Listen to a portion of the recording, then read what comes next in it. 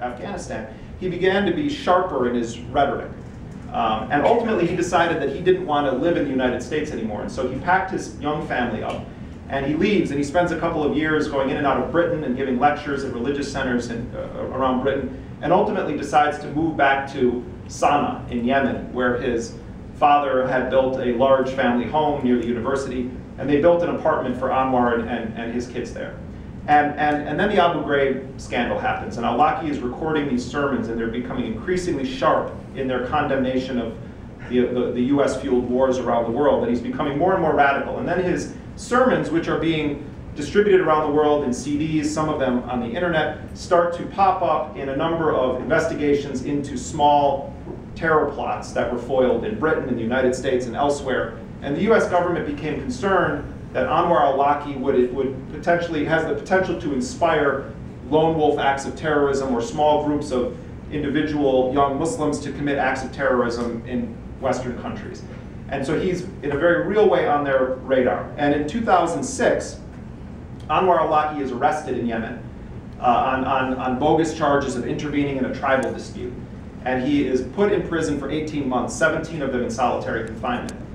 The FBI comes over to Yemen and interrogates al-Awlaki while he's in prison. And I reviewed al-Awlaki's prison writings, and I talk about this in the book. They're fascinating. He was given only a limited number of books.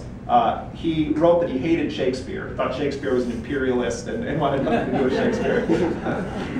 He loved Charles Dickens and would compare figures in the Yemeni or US government to Uriah Heep and other sort of epic figures.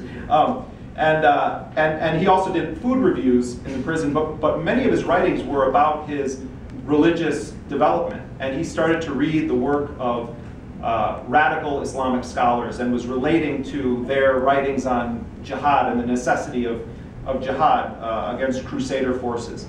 And when he emerged from prison, he was a changed man. He was going down the path now to viewing himself at war with the United States, if not on an ideological level, perhaps even on an actual tactical level. Al-Awlaki believed that the United States was responsible for having him locked up. And the United Nations actually investigated his imprisonment and said that it was extra-legal. What I found out in my reporting is that there was a meeting while al-Awlaki was in prison in Washington, D.C. with a Yemeni official, Bandar Bush, the famed Saudi diplomat whose nickname is Bandar Bush because he's so close to the Bush family, and John Negroponte. And at the time, John Negroponte, who certainly knows a lot about dirty wars from his time in Central America in the 80s, John Negroponte was the director of national intelligence. So you have this senior US official meeting with a Yemeni official and with a Saudi official, a very powerful Saudi official. And Saudis control a lot of the US policy on Yemen. And Negroponte, according to my sources, told the Yemeni government at the time that the US wanted al-Awlaki kept in prison for 4 or 5 years, knowing well that there were no actual charges against him, because they wanted young Muslims to forget about Anwar al-Awlaki. They didn't want him to have the ability to potentially influence acts of terrorism. And Yemen kept him in prison as long as they could, but there was so much tribal outrage that they had to release him. And the US government was furious that Anwar al-Awlaki was back on the streets. So he comes back out, he's back in Sana'a, and his house is being monitored by the Yemen's political security officers who are trained and funded by the United States. And there's pressure being put on the al-Awlaki family to have Anwar go back or to live in some kind of default house arrest.